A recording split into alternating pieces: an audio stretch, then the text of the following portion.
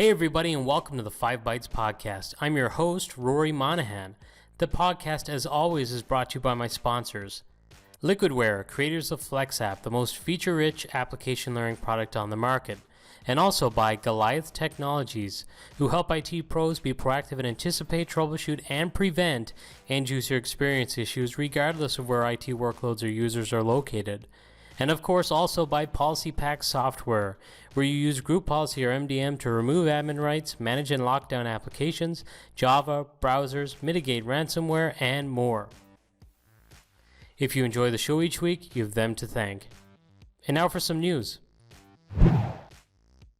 Cisco have announced that they plan to acquire ThousandEyes, which is a vendor with a really unique monitoring product that casts a very wide net and looks at the entire internet to help companies figure out the source of performance problems of websites and web-based apps. To effectively monitor the entire internet in itself just sounds like crazy to me. And if they've harnessed that ability, it came as no surprise to me then that Bloomberg have suggested the deal could be worth close to $1 billion. Not too bad for a 400-employee startup. Business Insider reports that Cisco says the purchase will close sometime before the first quarter of its fiscal year of 2021. Cisco is currently in the fourth quarter of its fiscal 2020. Its Q1 for 2021 runs from August through October, so expect it to close sometime and then. Last week, Google engineers stated that around 70% of all serious security bugs in Chrome are memory management and safety bugs. The ZDNet reported that half of the 70% are use-after-free vulnerabilities, which is a type of security issue that arises from incorrect management of memory pointers, leaving doors open for attackers to attack Chrome's inner components. The percentage was compiled after Google engineers analyzed 912 security bugs fixed in the Chrome stable branch since 2015. This included bugs that had a high or critical severity rating. And this number is actually identical to stats shared by Microsoft previously. The article also suggests the main crux of the issue is the use of C and C++, which are deemed unsafe languages. They give a very broad access of memory, which is also the root of some of the Chrome memes around memory consumption. And it's not just there in existence for poor development to cause performance problems, it's also there being manipulated by bad actors. Google says that since March 2019, 125 of the 130 Chrome vulnerabilities with a critical severity rating were memory corruption-related issues, showing that despite advances in fixing other bug classes, memory management is still a problem. The browser vendors are now all looking at alternatives to C and C++ to address these vulnerabilities.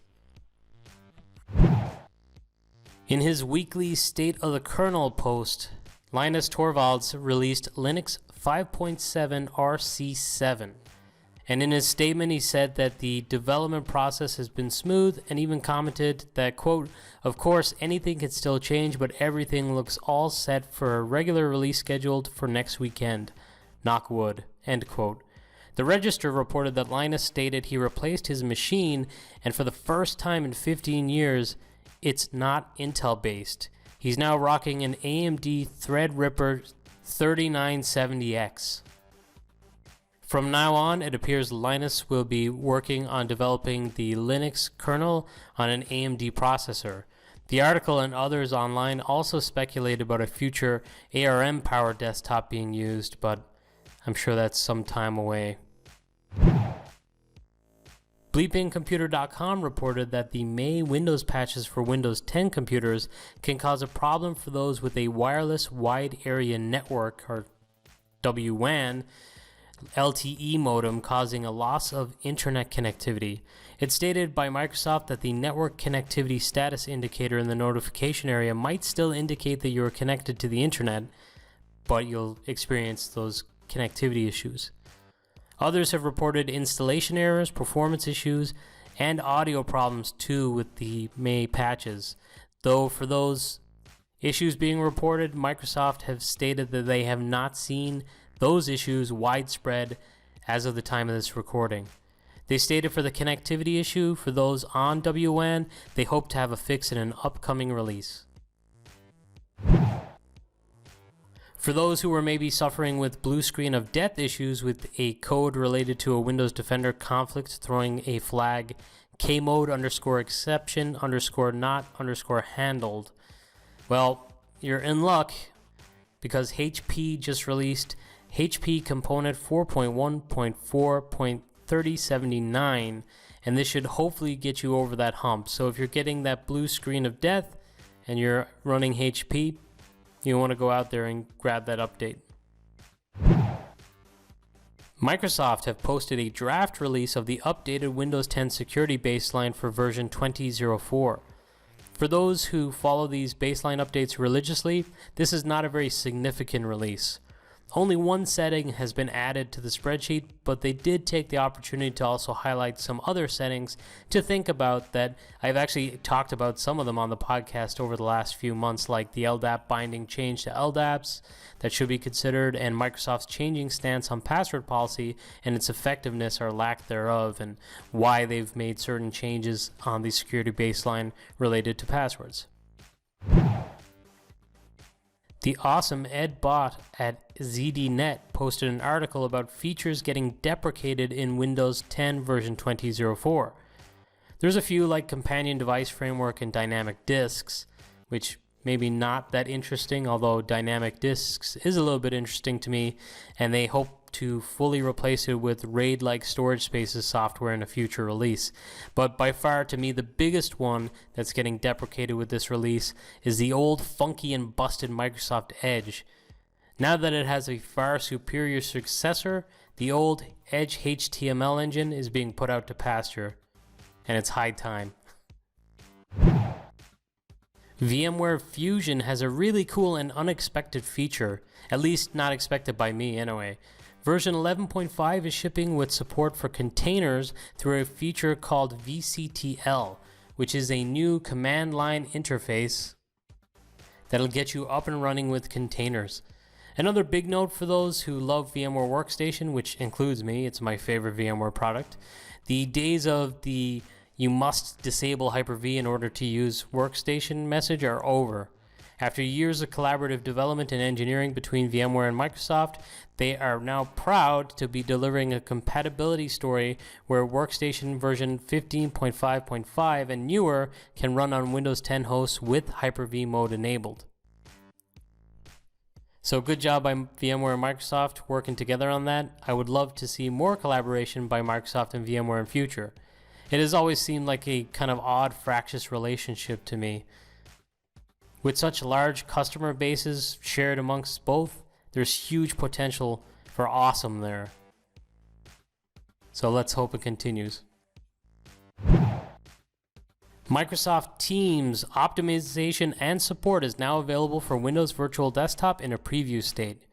This was a pretty sizable hole in the product during the work from home surge that has been going on.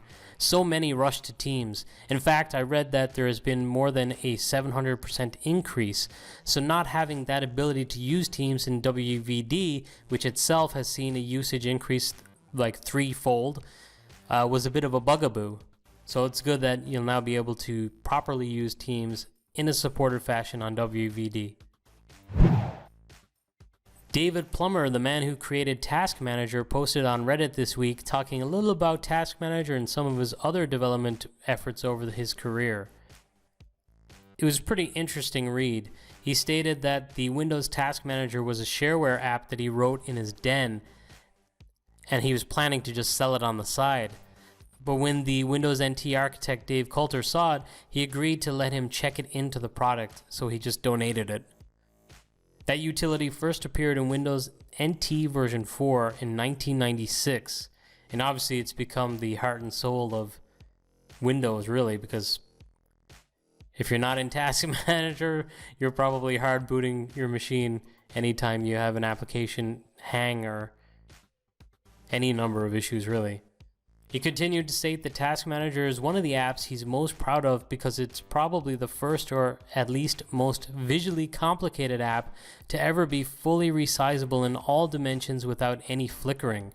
It was under 100,000 for the EXE and never flashed or crashed. And that was his thing.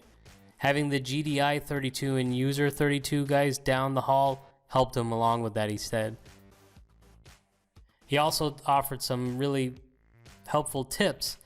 He stated that if Task Manager ever hangs or crashes, start another one by pressing Control Shift and Escape. That requests a secret code from the existing instance, and if not received, starts another one. And it works to launch the utility even if the Shell Explorer is dead. So that's pretty cool. Another fun fact that I found in the article is he's also the man who created the 3D pinball game that shipped with Windows XP, and which I keep around today and run it on my Windows 10 machine, courtesy of Droplet Computing. Congrats to Tim Mangan for completing his first 40-hour remote training class on packaging AppV and MSIX. He has stated that future classes are already scheduled for Europe and American time zones. If you're interested in doing a virtual training with Tim, and you should be because he's awesome, you can find out more information at tmurgent.com. The team at ControlUp were at it again, putting the automated actions to use for some really out there experiments. Trentons set up an action that looks for a zoom process on his machine. When running, it sets his light to red to let his family know that he's on a call. And when the meeting is not running or the Zoom process is not running, it lets them know that it's safe to come in. Maybe someday I'll be as cool as Trent and I'll try that myself. And with that, let's get on to some scripts, tricks, and tips. This week, Eddie Jackson posted a really handy PowerShell script that will run a scheduled task just once and then delete it. This is something that could come in very handy in non-persistent environments in particular, or even just for any machine, be it persistent or non-persistent, if you have a need for a dynamic delivery and to run on maybe a certain event or trigger. It's almost like a ad hoc or makeshift absence environment manager, or at least that's the way that I'm thinking about it. So you'll definitely want to check that one out. It should have a lot of power if you use it right. PSH Nuts shared a simple VB script this week for executing a PowerShell script silently, which may be VB script's main use in enterprise IT these days. Its ability to run commands hidden is really keeping it alive. I think if the day comes when they want to completely kill off VB script, they're going to have to put that function into PowerShell in a very simple way. Vladan Seged posted a pretty cool article with 5 tips on how to secure your backups. The article mostly features Veeam for backups as examples, but it could apply to most solutions really, as these are just general suggestions or best practices. And hey, if you can't do with what you own, then maybe you could look at something else that can do this, because they are still pretty good tips. So if your product can't do it, maybe it's a failing of that product. And finally, Adafruit.com's blog posted a pretty cool little home lab example using a Raspberry Pi Zero to set up a digital clock and an inside and outside temperature monitor. I saw Raspberry Pi released a higher spec model recently, so maybe those who find themselves with a little more time because of the pandemic to do a little bit of experimenting in their tech lab, this could be a pretty cool one to try out for yourselves. And that's it for another week of the podcast. If you enjoy it, please share it with your colleagues and friends. Please rate the podcast on your podcast platform of choice, like Apple Podcasts, Stitcher, or whatever you listen to it on. And everyone stay safe, and I'll catch you next week.